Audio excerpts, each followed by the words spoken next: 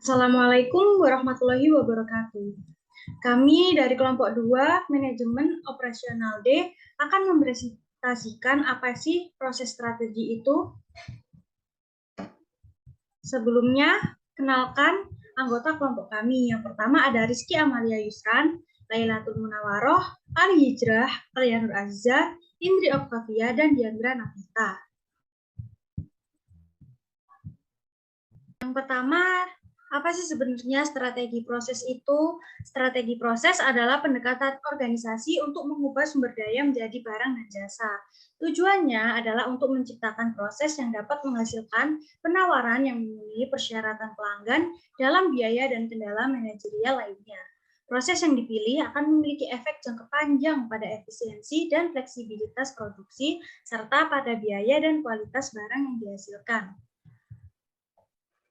Selanjutnya, ini merupakan 4 proses strategis. Yang pertama ada proses fokus. Proses fokus ini adalah sebuah fasilitas produksi yang diorganisasikan di sekitar proses-proses untuk memfasilitasi produksi bervolume rendah, tetapi keragamannya tinggi pada tempat yang disebut job shop.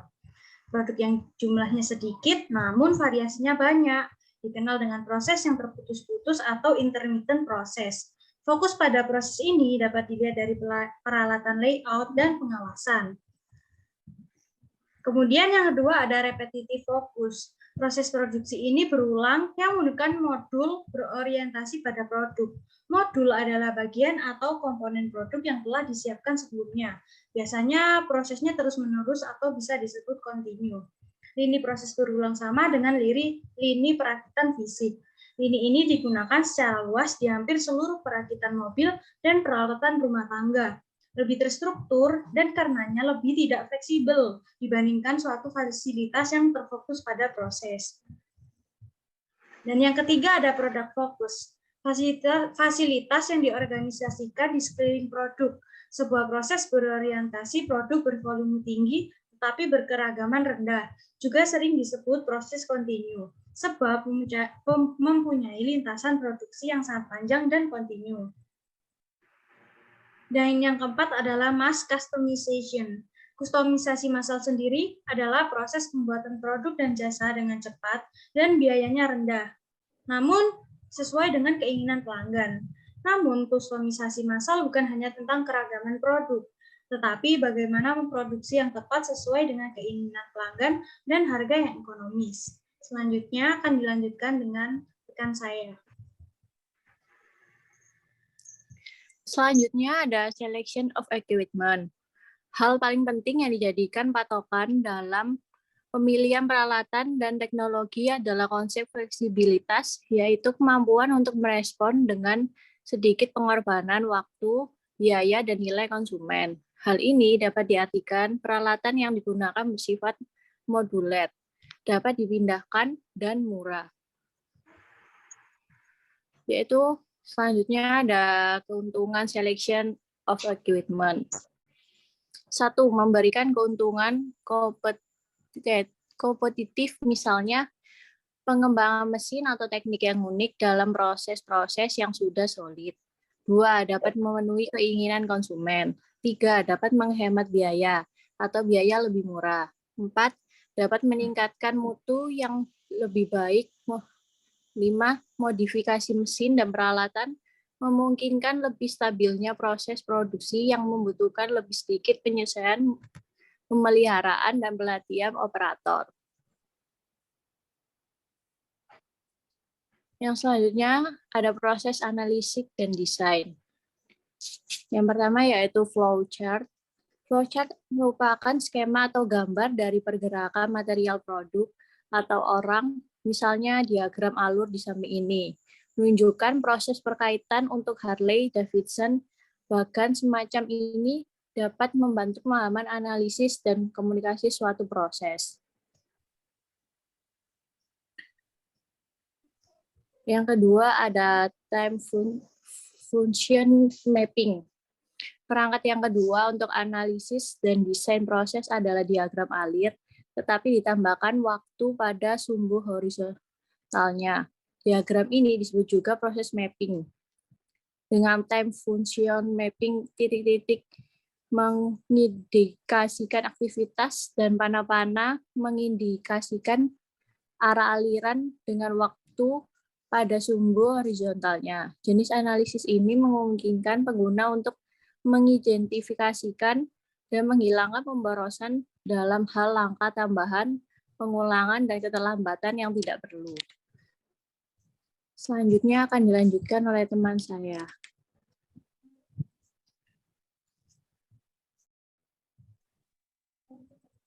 Ya, selanjutnya yang nomor 3 ada proses chart. Proses chart ini menggunakan simbol, waktu, dan jarak untuk mendapatkan cara yang objektif dan terstruktur untuk menganalisis dan mencatat berbagai aktivitas yang membentuk sebuah proses. Diagram ini memusatkan perhatiannya pada aktivitas penambahan nilai. Misalnya, bagian proses yang di samping ini ya, cara membuat burger di restoran cepat saji. Garis nilai tambah untuk membantu membedakan aktivitas bernilai tambah dengan pemborosan. Mengidentifikasi semua operasi nilai tambah yang memungkinkan untuk menentukan presentase nilai tambah terhadap total aktivitas. Dapat dilihat bahwa presentasi nilai tambahnya adalah 85,7%. Yang keempat ada value stream mapping, atau bisa kita singkat VSM. VSM ini variasi dari time function mapping, namun VSM mengambil bentuk yang lebih lebar lagi, di mana nilai ditambahkan dan tidak ditambahkan pada keseluruhan proses produksi, termasuk rantai pasokan. VSM ini mengembangkan analisis kembali ke pemasok. VSM tidak hanya memperhitungkan proses saja, tetapi juga keputusan manajemen dan sistem informasi yang mendukung proses tersebut.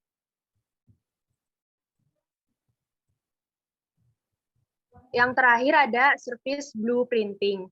Produk dengan tingkat pelayanan tinggi mungkin membutuhkan service blueprinting ini ya, karena service blueprinting merupakan teknik analisis proses yang memusatkan perhatian kepada pelanggan dan interaksi penyedia layanan dengan pelanggannya.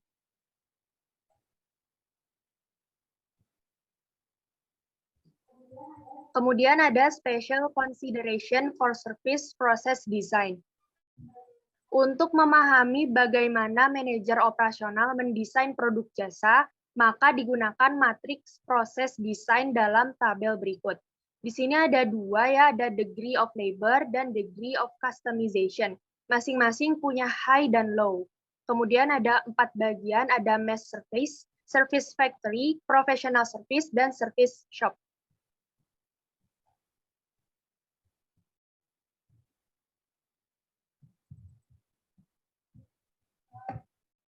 Yang di bagian atas mass service dan professional service, di mana degree of labor berada di tingkatan high, diharapkan agar manajer fokus secara ekstensif pada SDM-nya, karena membutuhkan banyak tenaga kerja yang berkualitas.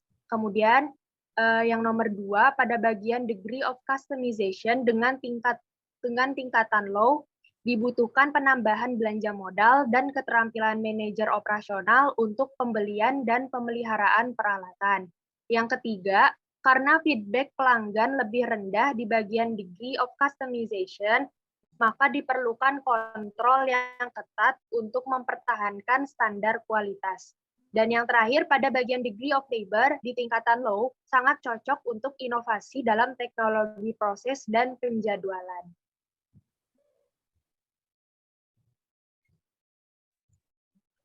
Selanjutnya, production technology. Production technology ini terbagi menjadi 9. Yang pertama, machine technology. Banyak kegiatan operasional menggunakan mesin untuk pemotongan, penggilingan, dan lain-lain. Dalam era komputerisasi sekarang ini, telah banyak diciptakan cara pengendalian mesin yang baru menggunakan CAIP komputer seperti CNC, komputer numerical control, yaitu permesinan yang memiliki komputer dan memori sendiri.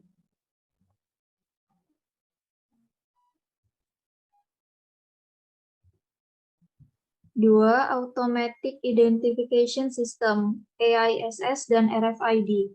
Peralatan baru dari CNC hingga ATM dikendalikan dengan sinyal elektronik digital. Pembuatan data secara digital dilakukan melakukan komputerisasi diantaranya dengan EASS yang membantu memindahkan data menjadi bentuk elektronik yang mudah untuk dimanipulasi. Karena biayanya yang rendah dan penggunaannya yang terus meluas, radio frequency identification perlu diperhatikan secara khusus. RFID adalah rangkaian terintegrasi dengan antena kecilnya sendiri yang menggunakan gelombang radio untuk mengirimkan sinyal dalam jarak terbatas beberapa yard. Kartu RFID ini kadang disebut rangkaian RFID. Menyediakan identifikasi unik yang memungkinkan pelacakan dan pemonitoran bagian, palet, orang, dan hewan apapun yang bergerak. RFID tidak harus dalam jarak pandang antara pembaca dan kartunya.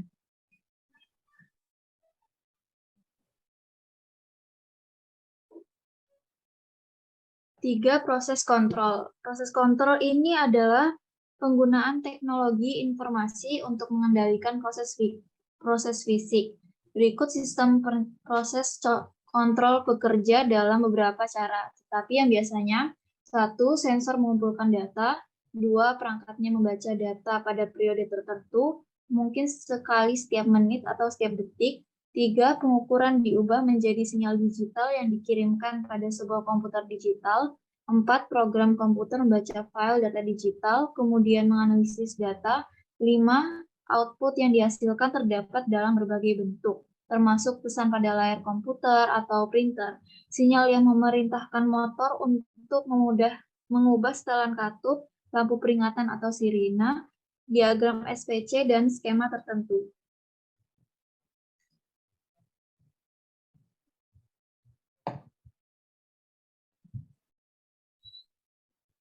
4. Vision System. Vision System adalah penggunaan kamera video dan teknologi dalam peran pemeriksaan. Sebagai contohnya, sistem PC digunakan untuk memeriksa kentang goreng sehingga cacat dapat dikenali saat kentang berada dalam mini produksi. 5. Robot. Robot adalah sebuah mesin yang fleksibel, memiliki kemampuan untuk mengganti tenaga manusia bekerja melalui syaraf elektronik yang menjalankan sejumlah motor saklar. Sebagai contoh, Ford menggunakan robot untuk melakukan 98% proses pengelasan pada mobil-mobilnya. Selanjutnya akan dijelaskan rekan saya. Selanjutnya, yang keenam, ada Automated Storage and Retrieval System. Adalah gudang yang dikendalikan komputer yang menempatkan komponen secara otomatis dari menuju tempat tertentu dalam gudang. Sistem ini digunakan dalam fasilitas distribusi perdagangan eceran seperti Walmart, Tupperware, dan Benetton. Sistem ini juga digunakan di area persediaan dan pengujian dari perusahaan manufaktur. Yang ketujuh, Automated Goods Vehicle adalah kereta yang dipandu dan dikendalikan secara elektronik yang digunakan untuk memindahkan bahan. AGV juga digunakan di perkantoran untuk mengantar makanan. Next.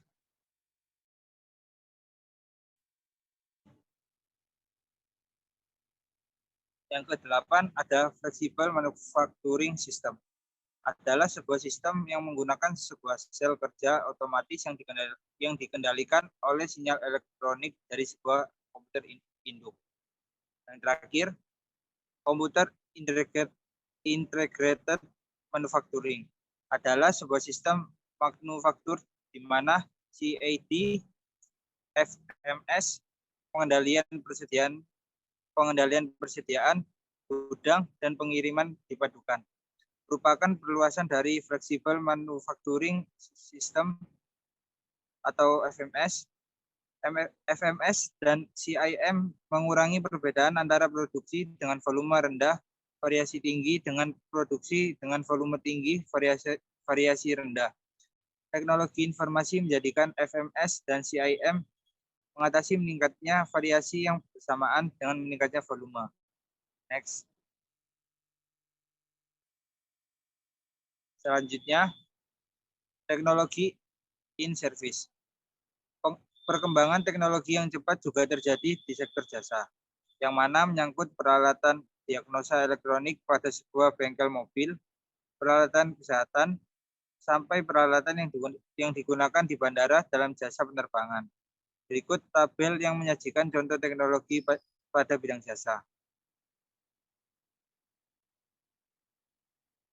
Selanjutnya, proses redesign, rekayasa ulang, atau proses engineering adalah proses pemikiran kembali dan desain ulang bisnis secara radikal untuk membawa peningkatan kinerja secara dahsyat. Hal ini dilakukan karena kedinamisan yang ada di mana konsumen, teknologi, maupun bauran produk berubah. Rekayasa ulang proses yang efektif tergantung pada evaluasi ulang tujuan proses dan mendata ulang asumsi yang digunakan. Ini dapat berjalan apabila proses dasar dan tujuannya dikaji ulang. Proses engineering juga memusatkan perhatian pada aktivitas yang mempunyai fungsi bersilang, karena manajer sering bertanggung jawab pada fungsi khusus. Aktivitas yang melintas dari satu fungsi lain dapat diabaikan.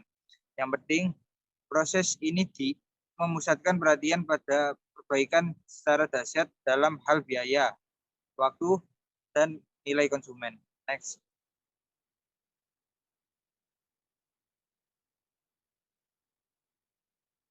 Selanjutnya ada contoh-contoh dampak teknologi pada industri jasa. Contoh pertama dari industri jasa adalah jasa keuangan.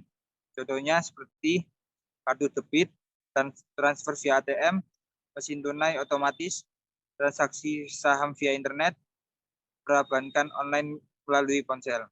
Yang kedua, pendidikan. Contohnya seperti majalah elektronik, jurnal online, penugasan interaktif melalui web, city, dan blackboard. Yang ketiga, layanan umum dan pemerintah. Contohnya seperti truk sampah otomatis, surat optikal, sistem peringatan banjir, meteran yang memungkinkan pemilik rumah mengontrol penggunaan energi dan biaya. Yang keempat, ada restoran. Contohnya seperti pesanan dari pramusaji ke dapur secara nirkabel, robot penjaga, transponder pada mobil yang mencatat penjualan pada fasilitas drive-thru.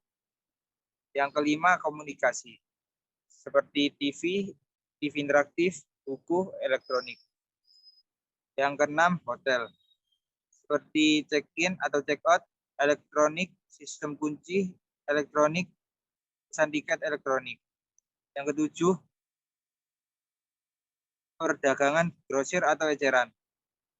Seperti pos, e-commerce, data dengan barcode, komunikasi elektronik antara toko dan pemasok, data dengan barcode, dan RFID. Yang delapan, transportasi loket seperti loket tol, otomatis, sistem navigasi dipandu satelit, wifi di mobil. Yang kesembilan, kesehatan. Seperti informasi kesehatan online, pengawasan pasien online, dan operasi robotik. Dan yang terakhir, penerbangan seperti perjalanan tanpa tiket, penjadwalan, pembelian online, boarding pass dengan berkode. Selanjutnya akan dibacakan teman saya.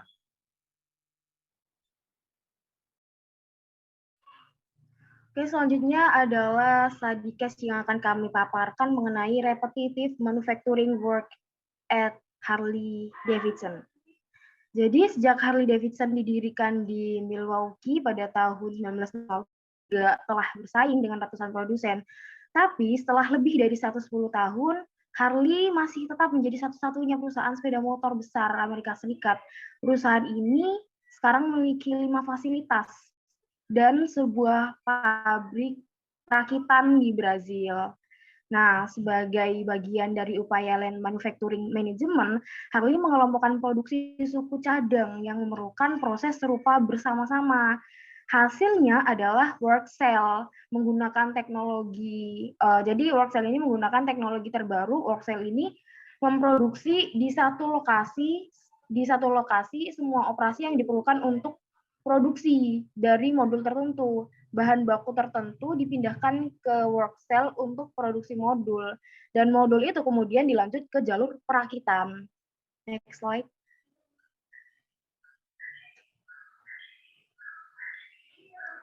Nah, bahan baku yang dikirim ke jalur perakitan dengan basis just in time atau pada perusahaan Harley disebut material as needed. Fasilitas luas 12,5 juta persegi di York mencakup work cell manufacturing yang melakukan pembengkokan tabung, kemudian pembuatan rangka, permesinan, pengecatan, dan pemolesan.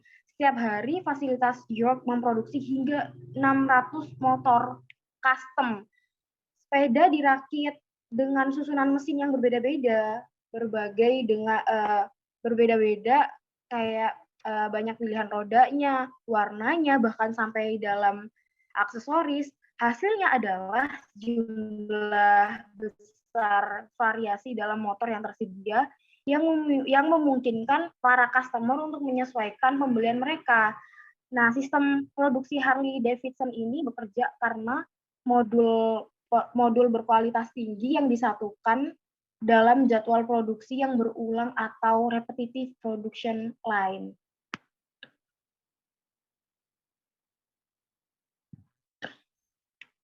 Oke, baiklah, itu presentasi atau pemaparan materi dari kelompok kami. Terima kasih atas perhatiannya, semoga bermanfaat bagi para pendengarnya. Kurang lebihnya mohon maaf. Dengan ini kami undur diri. Wassalamualaikum warahmatullahi wabarakatuh.